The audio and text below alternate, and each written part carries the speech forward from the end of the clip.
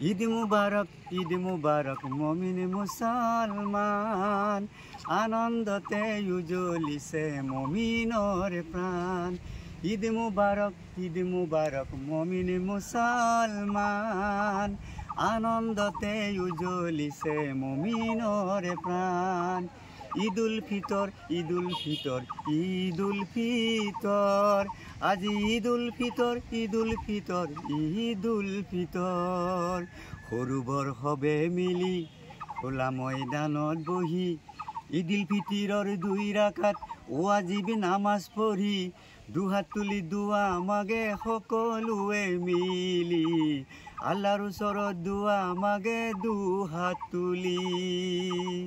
ঈদ মুবাৰক মমিন মুসলমান, আনন্দতে উজ্বলিছে মমিনৰ প্ৰাণ।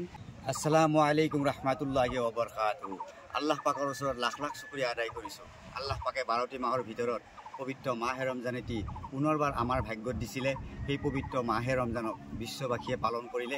ইনশাআল্লাহ তাআলা সেহৰি, ইফতাৰ, তাৰাবি, 5 ওয়াক্ত নামাজৰ লগতে আমি সুন্দৰকৈ এটি মাহ ৰমজান পালন কৰিলোঁ। আল্লাহ পাকে যেন আমাৰ পবিত্ৰ ইবাদত কবুল কৰি লয়, আল্লাহৰ ওচৰত দোৱা মাগিছোঁ। আজি পবিত্ৰ ঈদুল ফিতৰৰ দিন খোলা ময়দানত সৰু বৰ ধনী দুখীয়া সকলোৱে একেলগে একত্ৰিত হৈ মিলাপ্ৰীতি হৈ পবিত্ৰ ঈদুল ফিতৰৰ 2 ৰাকাত ওয়াজিব নামাজ পঢ়ি আল্লাহৰ ওচৰত দোৱা ভিক্ষা মাগিছোঁ। আল্লাহ পাকে যেন সকলো মানৱকে মনত শান্তি দান কৰে, সকলোৱে যেন এক আৰু নেক হৈ চলিব পাৰে, ভাতৃত্ববোধ বজাই ৰাখিব পাৰে, তাৰ কাৰণে আল্লাহৰ ওচৰত দোৱা ভিক্ষা মাগিছোঁ।